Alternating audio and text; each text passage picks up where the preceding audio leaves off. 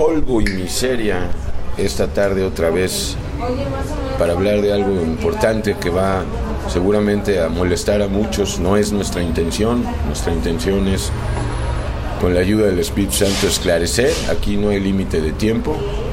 Hoy queremos hablar de una de las sectas o denominaciones más dañinas y perversas que ha agarrado auge en las últimas décadas. Esta secta no comenzó hace mucho, comenzó el siglo pasado, y estamos hablando de los testigos del ídolo Jehová. Porque aunque muchos crean que Jehová es el nombre de Dios, pues están sinceramente muy equivocados. Y también vamos a hablar de esto en este segmento. Aquí está Luis, muy contento. ¿Y por qué estás contento? Cuéntanos, Luis.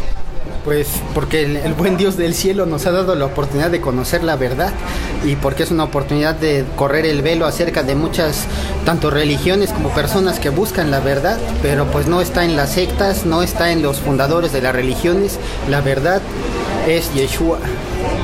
Así es. La verdad y la vida. Muy bien, y esta organización, pues delictiva, porque lo es, cometen delitos a nivel espiritual, a nivel alma. Pues sí creen Jesús, pero resulta que no es el verdadero Jesús y hablan mal de Jesús. Y me gustaría que pudiéramos poner en el frente, pues quizás decir las tres principales herejías de esta secta. Pues no se pueda en tres, pero las principales herejías o doctrinas heréticas, Luis, de esta secta, testigos de el ídolo Jehová. ¿Cuál sería la primera? Bueno, antes de tocar la primera, vamos a ver y recalcar que efectivamente es un movimiento reciente. Surge de aproximadamente en el año 1800 más o menos. Entonces no tiene la antigüedad de un verdadero movimiento bíblico. Bueno, pero el catolicismo tiene 17 siglos, y aunque es mucha antigüedad, pues es de lo más satánico que hay. Sí, no ninguna de los dos movimientos y muchos otros de los miles que existen, ninguno tiene la evidencia de haber recibido el mensaje directo del Señor y establecido la doctrina conforme Él enseñó. Entonces, así es, el confucianismo tiene 3000 años y es satánico. Así es. Lo que pasa es de que hay que ver el trasfondo verdadero y el trasfondo que se ha hecho crecer, el trasfondo verdadero y el trasfondo que se le ha hecho creer a la sociedad. El verdadero es de que Rolf Russell, el fundador de este movimiento, él era un sacerdote jesuita. Entonces él, en la organización que hubo en aquella ocasión, se dieron cuenta que muchos estaban desertando del movimiento del clero romano, porque estaban encontrando que las herejías eran muy claras, no compaginaban con el movimiento bíblico. Hicieron un cónclave ellos mismos. Efectivamente, en llegaron a la conclusión que el partidario ahora tener un movimiento que fuera brazo del Vaticano, pero esta vez jalando adeptos utilizando la Biblia, que era por el medio por el que estaban también ellos perdiendo seguidores, pues fue levantar a este hombre, Russell, con su propia Biblia, su propia aparente revelación, con su propio movimiento, con sus propios principios, y de esta... otro personaje ahí de apellido Rutherford. Es que hay un grupo de personas que se llevaron a cabo este asunto en Estados Unidos, que es donde nace este movimiento, en Nueva York. Entonces se presenta a la sociedad como un movimiento donde esta persona se había fastidiado de las herejías y la falsedad del clero. Entonces se aparta, y según esta biografía dice que él le dice a Dios que si de verdad existe una religión, que le diga cuál es, y en esta aparente revelación Dios le dice: es que no hay ninguna, por eso te voy a utilizar para establecer la verdadera, y empieza el origen de los testigos de Jehová. Ahora, pues nada más como breve comercial de paréntesis, siempre es el mismo cuento de Satanás en todas las religiones. También los mormones dicen que José Smith oró y pidió dirección y le dijeron: la tuya será la verdadera. También le dio permiso de ser polígamo. Así es, sí, la mayoría de los líderes religiosos que aseguran tener estas revelaciones, todas sus doctrinas van inclinadas a sus concupiscencias. Así es, otra vez vemos justificar el pecado por medio de la misma palabra. ¿Quieres entrar ya de lleno en la primera de las más horrendas herejías de esta secta? Sí, la primera vamos a mencionarla con precisamente Jehová. El argumento de ellos de que son testigos lo agarran del libro del profeta Isaías, donde dicen, vosotros sois mis testigos, ¿no? Entonces ahí lo curioso es de que cuando estaba, si se pone en contexto ese pasaje, se refería al pueblo de Israel y no a una religión muy tardía. Y si hay aplicación para este tiempo a ese versículo en Isaías, pues es la iglesia verdadera. Nosotros somos los testigos, pero no de Jehová, de Jesucristo. Así es. Aquí vamos desglosando este punto porque para empezar, el hecho de que ellos crean que el único Dios verdadero es como lo llaman ellos Jehová, ya empezó en dos problemas. El primero es que de ser sus testigos tendrían entonces bien claro que Jehová no es el nombre. Entonces aquí lo que vemos es de que hay una mala traducción del nombre que se ha hecho muy popular y que ellos también en su revisión en su Biblia adoptaron ese nombre, pero ese no es el nombre original de los textos originales hebreos. O sea, el nombre de Dios no es Yud-Hei Bab-Hei. No, ni Jehová, ni Jehová, ni Yahweh, ni Yahvé. El único que podía pronunciar el nombre guardó silencio, Yeshua. Ahí cuando comparamos Lucas 4, 17 y 18 con Isaías 61, definitivamente no dice el nombre, nada más dice el Espíritu del Señor, pero no dice el Espíritu de... Y en Juan 17 les he revelado tu nombre. Así es, y el nombre. No dice cuál, pero sabemos por revelación cuál es. Yeshua es el nombre que es sobre todo nombre. Ahora, otra cosa importante de este movimiento es que se apropia mucho de decir, es que como Jehová es Dios, entonces sí, también su Hijo le ayudó en la creación. Exacto. Entramos en el punto más aberrante, la desigualdad y no consustancialidad entre el Padre, el Hijo y el Espíritu Santo, sino que estos fulanos hacen menor al Hijo. Sí, su argumento de ellos es que primeramente dicen que Yeshua no aparece como tal en el Antiguo Testamento, sino el único que aparece es Dios, cosa falsa, porque hay una teología que se llaman las teofanías, son las apariciones del Mesías en el Antiguo Testamento. Ayer leímos una en Josué 5. Así es, el príncipe de los ejércitos del Señor. Entonces, sí hay presencia ahí, incluso Juan 1 y Colosenses 1 lo demuestran también. Y todo el Antiguo Testamento está cargado de simbología, tipología y profecía acerca de Yeshua. Así es. Entonces, esa desigualdad es una herejía. Adelante. Se ve lo vemos claramente en Juan 3:36, en donde dice para que todos honren al Hijo como honran al Padre. El que no honra al Hijo no honra al Padre que le envió. Entonces, si estos testigos aseguran que Jehová es el único Dios, pero no le dan honra al Hijo, están despreciando a Dios mismo. Entonces, en ese sentido, quedan totalmente descalificados. Ahora, también con Felipe, ¿no? El que me ha visto a mí ha visto al Padre. Y Juan 10, yo y el Padre uno somos. Pero, ¿cuáles son sus contraargumentos? Porque nos ha tocado esgrimir estos argumentos, ellos tienen otros. Sí, principalmente tienen tres. El primero es que para ellos, hijo de Dios, ya les suena que es inferior, lo cual... Es muy importante hablar de eso, porque no solamente a ellos, a cualquiera, porque siempre van a ver al Padre mayor que al Hijo. Sí. Esto a nivel humano igual. Y es que lo que pasa es de que la Biblia utiliza términos que se le llaman antropomorfológicos, que son una idea de utilizar un lenguaje que el ser humano pueda entender para que más o menos se dé una idea de lo que el mundo espiritual, la Biblia, nos quiere hablar. Entonces, el hecho de que nuestra cosmovisión hable de que un hijo es inferior a su papá no es el mismo sentido en el lenguaje bíblico, porque ahí no está hablando de descendencia, está hablando de naturaleza. Así es, y además ya no tenemos ni media cosmovisión. Sí, y eso se ve reflejado porque la naturaleza divina en el Mesías, la mayor evidencia, tanto externa, más bien la mayor evidencia externa, es que no puede haber redención si la sangre de Yeshua simplemente fuera la de un hombre. Así es. Entonces, en el momento en el que su sangre puede... Pero ellos no dicen que era un simple hombre, sí le atribuyen cierta deidad. Sí, pero inferior. De hecho, en Juan capítulo 1, en la traducción del Nuevo Mundo, que es la Biblia que ellos utilizan, ahí dice que en el principio era la palabra y que la palabra era un Dios. No dice que era Dios, dice que era un Dios, y aparte lo ilustran con D minúscula. Grave, muy grave. Sí, aunque sabemos Sabemos que los idiomas originales guardan silencio en eso de las mayúsculas y minúsculas. Sin embargo, se respeta mucho el principio teológico de que si se refiere uno a Dios, al Señor, es con D mayúscula. Y eso es algo que ellos mismos lo pueden ilustrar cuando dicen Jehová Dios. Ahí se respeta ese principio.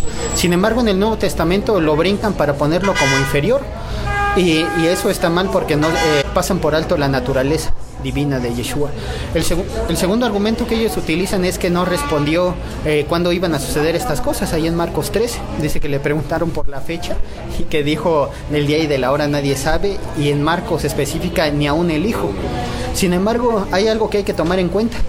El ministerio de Yeshua en la tierra era totalmente cosas que él tenía en secreto, como lo dijo en Hechos 1, reservado para todos, había cosas que el Padre tenía reservadas para su sola potestad. Entonces, no es que el Hijo no la sepa, sino que andaba en la naturaleza de su ministerio terrenal. Eso se explica en Filipenses 2, del 5 al 8, donde dice que no estimó el ser igual a Dios, sino que se despojó a sí mismo, tomando forma de siervo, hecho semejante a los hombres. La llamada kenosis. Así es, en el momento en el que se hace semejante a los hombres. Anonadamiento. Así es, en ese momento se despoja de la respuesta, pero pues a ver, pregúntale ahorita sentado a la diestra del Padre. Pues ahí está la respuesta, ¿no? El tercer argumento que ellos utilizan para decir que el Hijo es menor está basado en que en el Evangelio de Juan en varias ocasiones dice que el Padre mayor es que yo. Entonces ese es otro versículo que ellos, si ese versículo fuera literal como ellos lo quieren interpretar, entonces de tal manera Juan 10:30 y 31, yo y el Padre somos uno, ahí ya no checaría. Estamos viendo también un problema de descontextualización de versículos. Efectivamente, porque de ser verdad una doctrina no podría ser verdad la otra, porque se estarían contrapunteando. Entonces aquí una vez más lo que está sucediendo es que se está confirmando de que Yeshua en su persona de ministerio terrenal siempre se ponía como ejemplo de obediencia para que el ser humano aprendiera a darle gloria a Dios. Así es.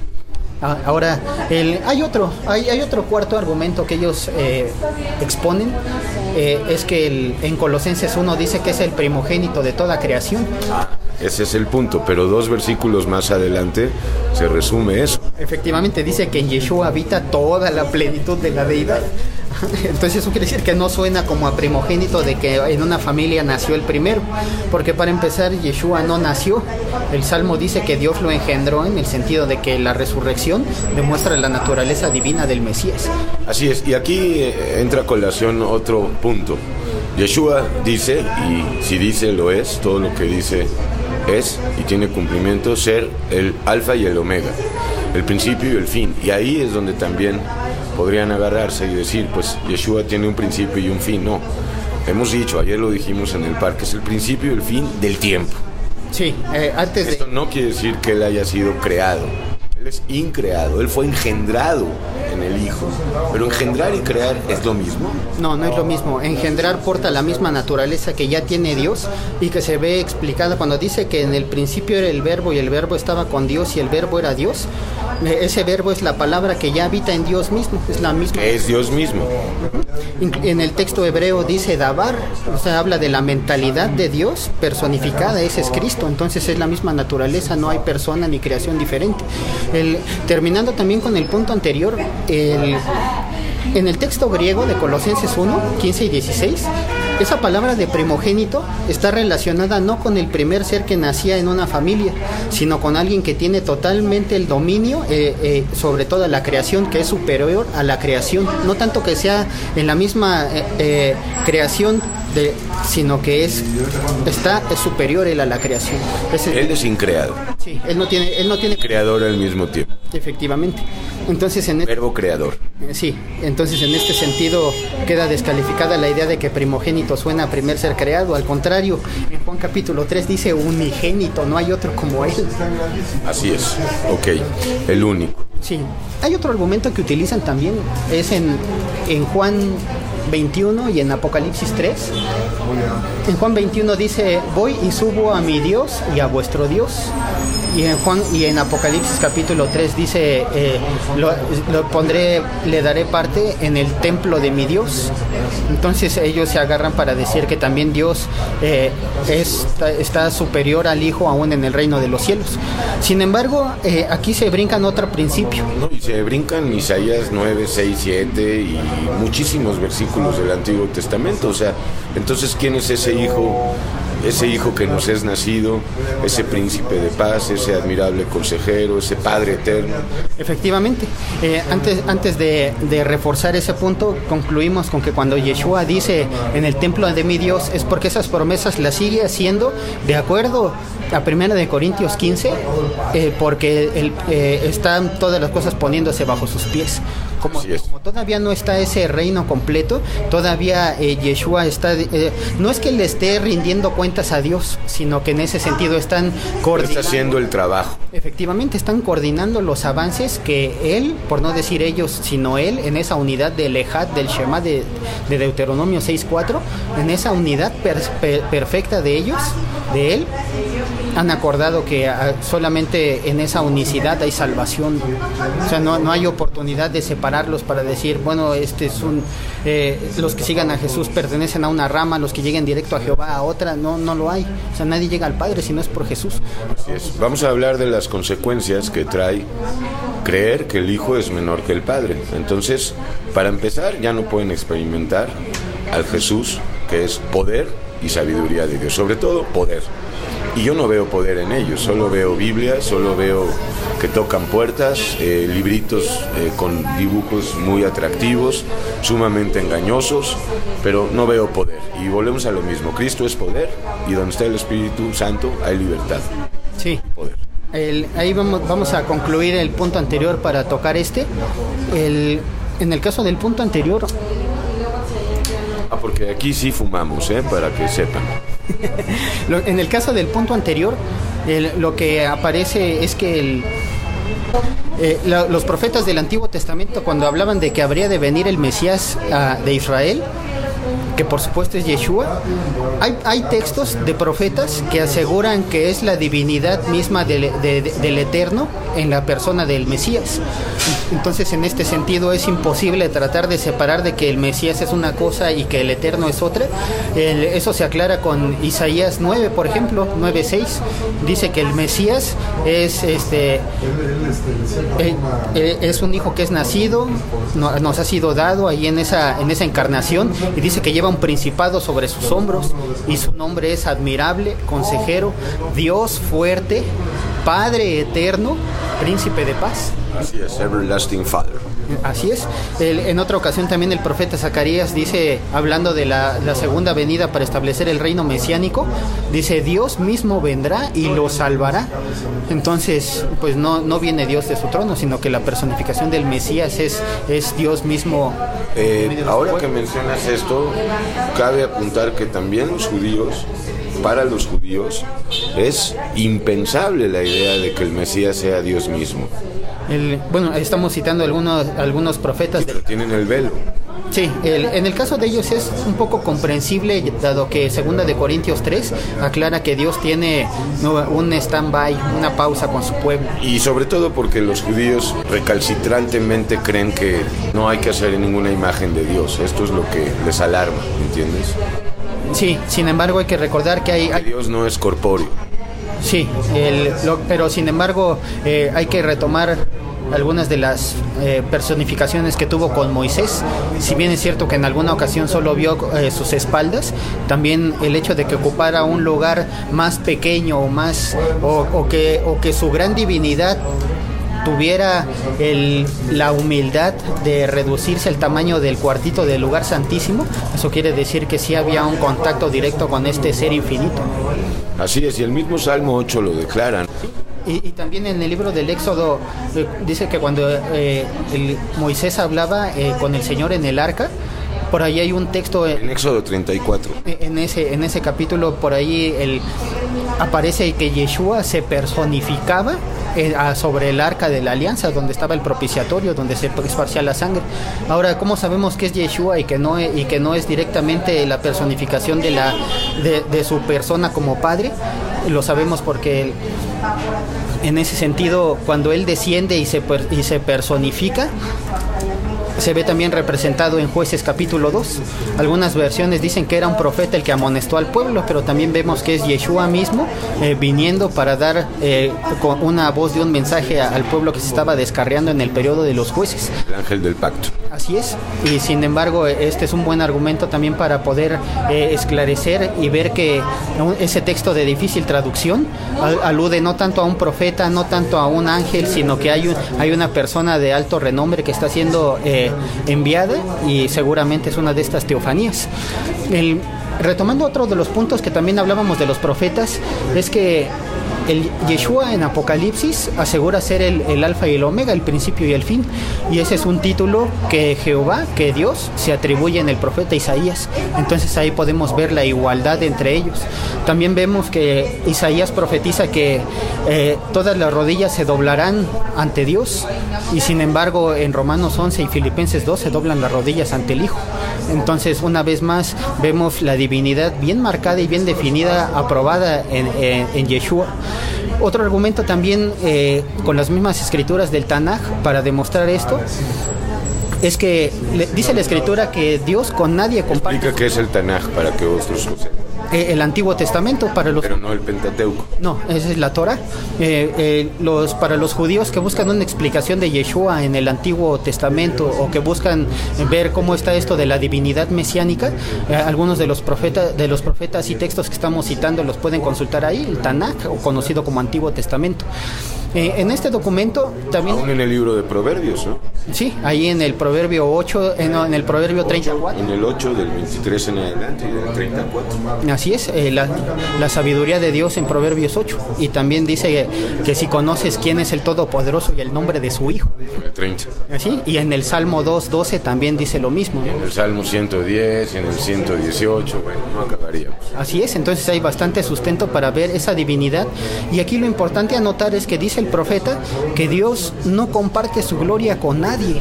O sea, Dios no comparte su gloria con nadie, y sin embargo dice de este ángel del pacto en Éxodo 23, teman todo lo que él les mande, porque el ángel lleva mi nombre. Entonces, pediré cuentas. Así es, entonces con él sí la comparte. Entonces hay algo ahí que sí está demostrando que hay una unidad perfecta entre ellos. Ahora, pasando al punto de por qué estas personas propagan tanto el mensaje y tocan puerta por puerta y no les es fructífero, es porque también, primero, a manera de chiste, podemos ver que les podemos decir los testigos sin Jehová. O sea, no llevan a Dios en el mensaje, sino llevan el mensaje de Russell, son testigos de Russell. Y esto se ve más marcado,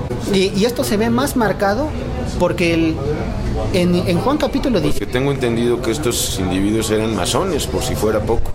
Sí, Russell venía de una corriente así. En Juan capítulo 16, ahí habla que el único que puede convencer de pecado, de justicia y de juicio es el Espíritu Santo. Ahí el versículo 8 es bien clave.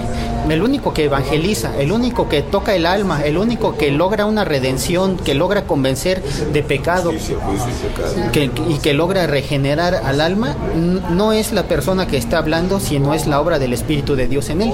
Entonces, para alcanzar por medio del mensaje. Entonces, cuando una persona deja que el Espíritu Santo hable, ahora sí se predica el sano evangelio y puede haber conversiones genuinas. Sin embargo, este es un problema que ellos arrastran, que para ellos el concepto de Espíritu Santo le llaman la fuerza activa de Dios, y cuando empiezan a explicarlo a todos los que se reúnen en este movimiento en los salones del reino, pues todos los líderes lo que explican aquí es pues lo que pasa es de que el Espíritu Santo es como si alguien desenchufara a Dios, como si fuera la corriente eléctrica, Dios perdería su poder. Entonces rebajan la persona de Dios mismo a decir que es como una fuerza motriz. Sí, lo comparan, dicen, no, lo que pasa es que fuerza dinámica. Sus ejemplos que utilizan es, mire, por ejemplo, un foco no funcionaría si no tuviera la luz, y así es Dios es Dios, pero tiene su espíritu. Entonces, en ese sentido, ellos no conocen la personalidad ni la obra del Espíritu Santo, y en base a las doctrinas que les han inculcado descalifican quién es el Espíritu de Dios, y es una buena oportunidad para decir esa herejía que comentan. hablan y propagan. Así es, se corrige de dos maneras que inmediatamente cuando las escuchen no las van a creer, pero vamos a explicar por qué. La primera es que el Espíritu Santo es una persona. Una de tres personas de un Dios uno y único. Efectivamente. El segundo argumento es ese mismo, que el Espíritu Santo es Dios. Ahora, ¿cómo podemos saber estos argumentos que son verdad? La Escritura nos dice en 1 Corintios 12 que el Espíritu Santo reparte los dones como Él quiere. Eso quiere decir que el Espíritu Santo tiene voluntad propia. En Hechos capítulo 8 dice que le dijo a Felipe, acércate a ese carro. Y también dice en Apocalipsis que decía, escuchen lo que el Espíritu dice a las iglesias. Eso quiere decir que el Espíritu Santo habla. Así es, Dios habla, piensa y quiere. Pensar, sentir, querer son tres atributos de la divinidad. En Juan capítulo 16 dice que Él los guiará a toda la verdad y que Él nos enseñará. Eso quiere decir que el Espíritu Santo es inteligente. Y nos recordará. Así es, eso quiere decir que tiene la unción de marchar sobre la misma verdad que ya el Mesías estableció. Pero los testigos del ídolo Jehová también dicen que el Espíritu Santo es menor. O sea, el Padre es mayor, el Hijo es menor que el Padre y el Espíritu Santo es menor que el Hijo y el Padre. Sí, así lo ven. Así de aberrante, ¿eh? Así es. Sin embargo, es como una escalera. Pues así lo ven, pero eso no es la idea de... Eso no es... Ni es la revelación. No, para nada. Lo que pasa es de que también otra actividad está en Efesios 4. Ahí dice, y no contristéis al Espíritu Santo. Eso quiere decir que el Espíritu tiene sentimientos. No hay que... Más que sentimientos, siente. Así es, entonces el pecado lo apena o se resiste. De sensibilidad, no de sentimientos. Muy importante aclarar porque, pues, gracias a Yeshua no es un sentimental ni se regía por sus sentimientos, pero sí tiene y tenía sensibilidad, la capacidad de sentir. Efectivamente, por eso dice Jacobo 4, alias Santiago, o ignoráis que el Espíritu que Dios ha puesto a morar en vosotros os anhela celosamente. Entonces es muy importante ver que hay una actividad donde el Espíritu Santo trabaja a la par del que ha creído, y que hacer a un lado su obra es trabajar en nuestras propias fuerzas, repartir publicidad y literatura donde no está impulsado por el Espíritu de Dios. Una evidencia muy marcada es que el Espíritu Santo es el que inspiró las Escrituras, y sin embargo el movimiento de los Testigos de Jehová tiene su propia Biblia y el Espíritu Santo no ha permitido que prolifere esa Biblia, solamente ellos la tienen. Así es. Bueno, vamos a ponerle fin a este primer segmento. Hemos expuesto, con la ayuda de Dios, la primera y más grande herejía de esta secta, que es separar al Padre, al Hijo y al Espíritu Santo y hacer jerarquías entre ellos. Luis, para terminar. Sí, terminando un poquito con el punto anterior, el Espíritu Santo es Dios porque se ve reflejado en Hechos 5, cuando le dice Pedro a Ananías y a Zafira, ¿por qué llenó Satanás tu corazón para que le mintieras al Espíritu Santo? No le has mentido a los hombres, sino a Dios. Entonces ahí queda claro que los apóstoles tenían muy bien definida la divinidad del Espíritu de Dios. Otra cosa está en 2 de Corintios 3, 16 y 17. Dice que el Espíritu es el Señor. Entonces, también, bueno, ahorita no metemos esto. Entonces eso quiere decir de que la misma naturaleza, los mismos atributos, comparten ellos tres, como uno nada más, como un único Dios. Lo que pasa es de que cuando vemos que de repente dice que Yeshua da a conocer el nombre del Padre, como dicen en Juan 17:3, o de repente dice que Él enviará al Espíritu, no está hablando de jerarquías, sino que el único Dios tiene su respectiva obra de actividad en su respectivo momento y en la dispensación que en curso. Ahora, pues para terminar y para concluir, no es que estemos defendiendo la doctrina de la Trinidad. No, de ninguna manera. No usamos nunca ese término, sino más bien usamos o decimos que es una pluralidad de la unidad divina. Así es, sí, se ve reflejado en el nombre de los... Tres ministerios de un solo Dios. Efectivamente.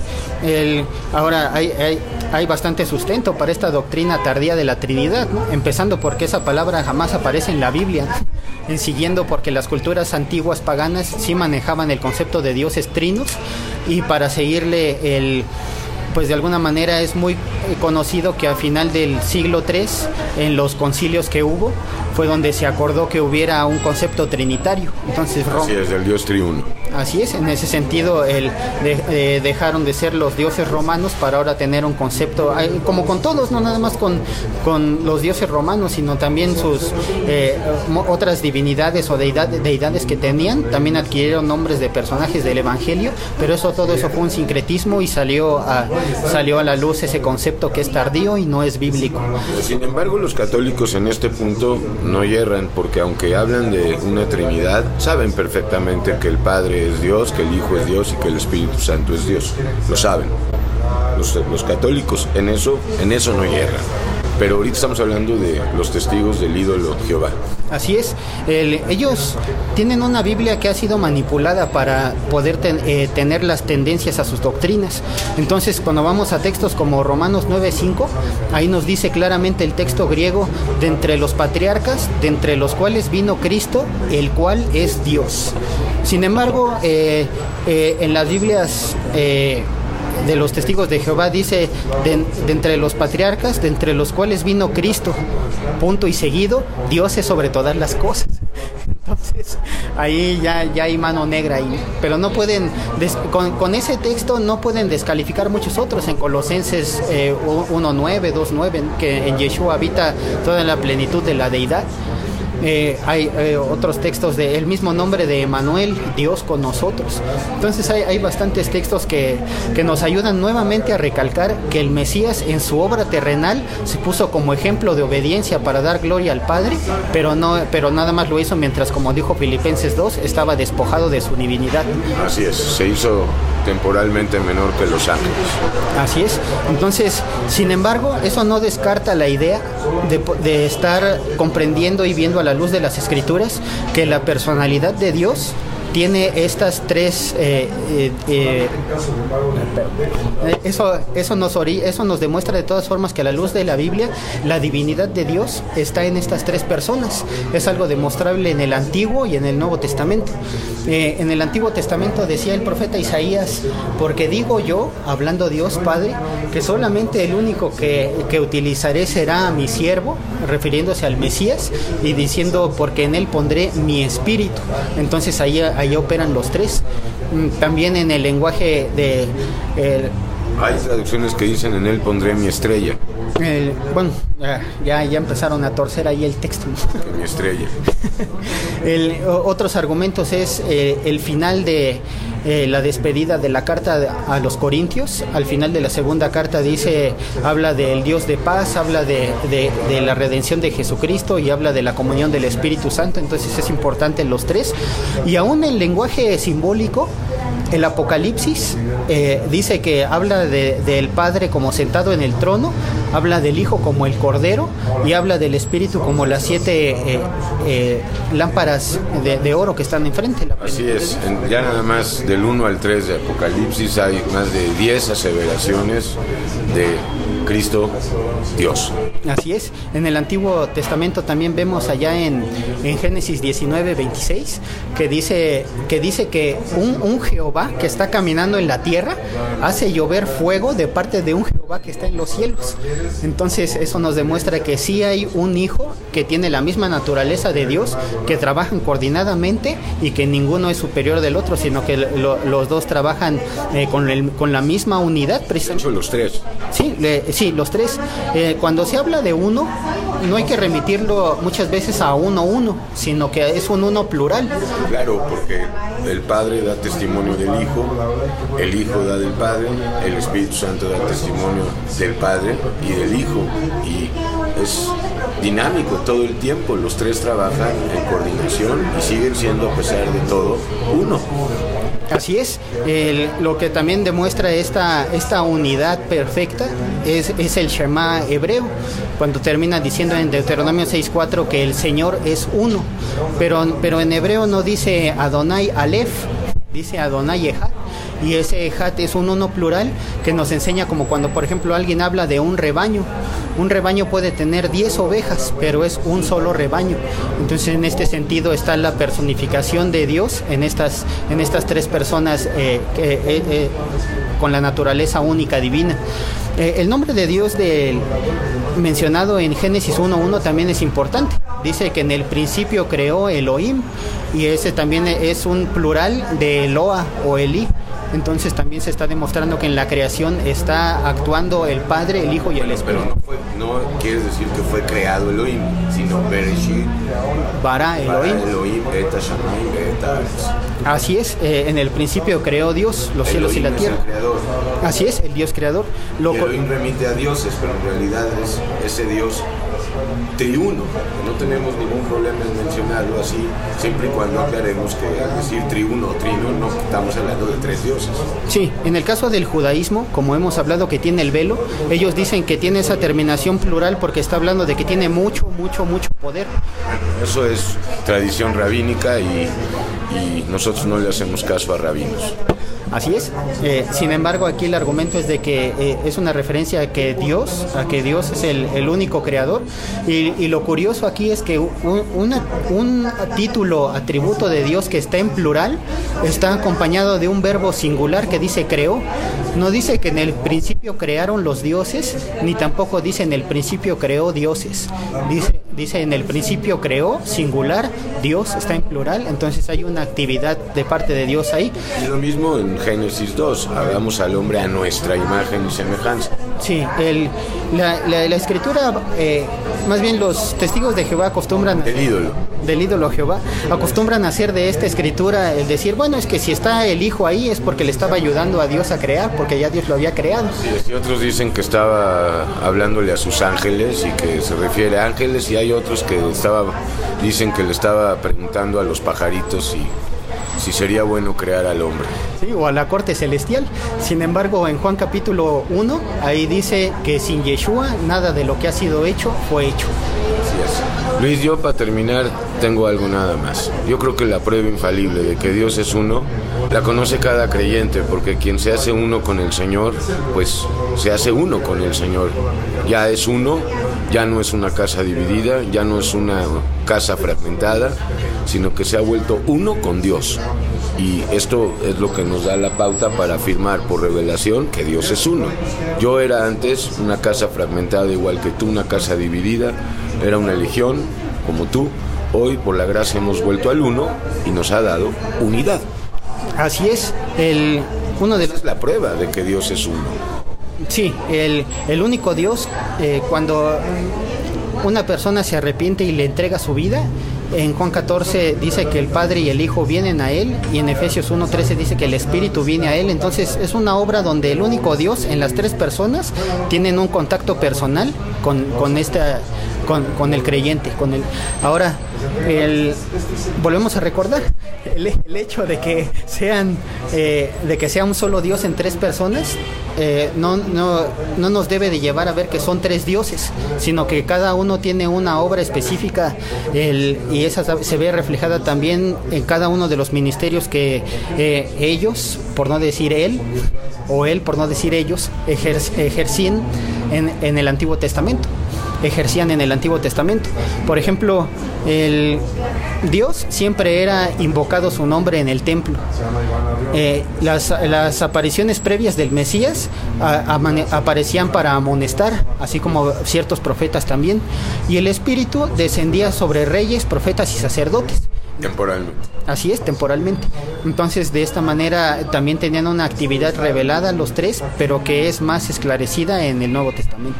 Así es, la revelación de la unidad divina en tres personas definitivamente se ve ya clarísimamente en el Nuevo Testamento, pero sin duda, si tú queréis encontrar la unidad divina en el Antiguo Testamento, pues te remitimos a muchísimas escrituras, y vamos a primeramente de Yeshua poner las citas en la pantalla para que, aunque no hay pantalla en SoundCloud, pero vamos a ponerlo en la descripción.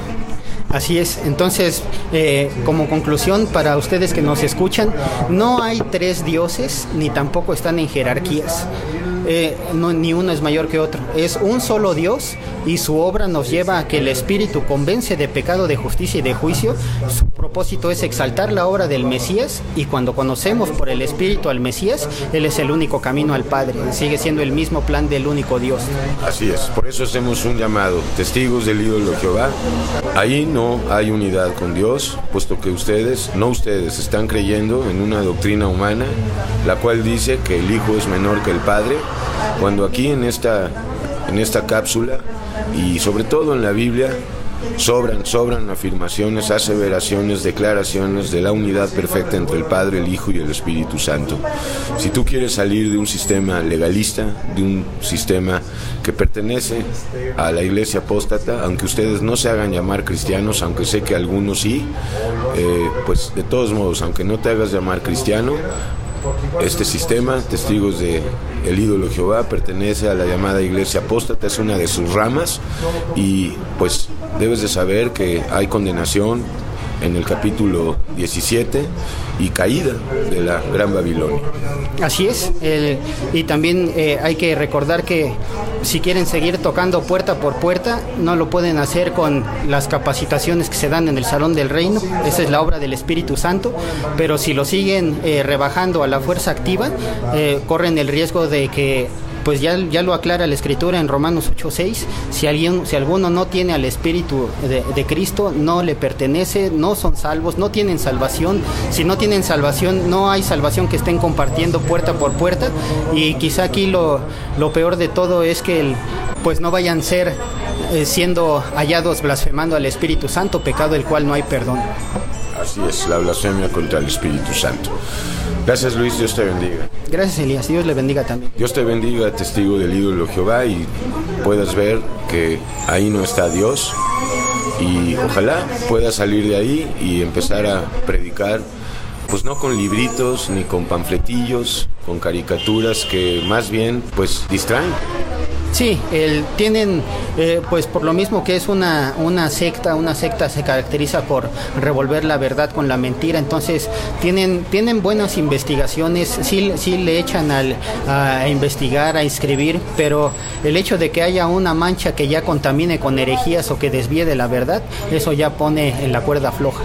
Como esta que hemos hablado en pauloymiseria.com, apenas una de las principales doctrinas heréticas de esta secta peligrosa, testigos del ídolo Jehová. Hasta la próxima, pauloymiseria.com. Si no estás con Dios, entonces no predicas de Dios ni tienes el mensaje de Dios. Así es. Dios te bendiga.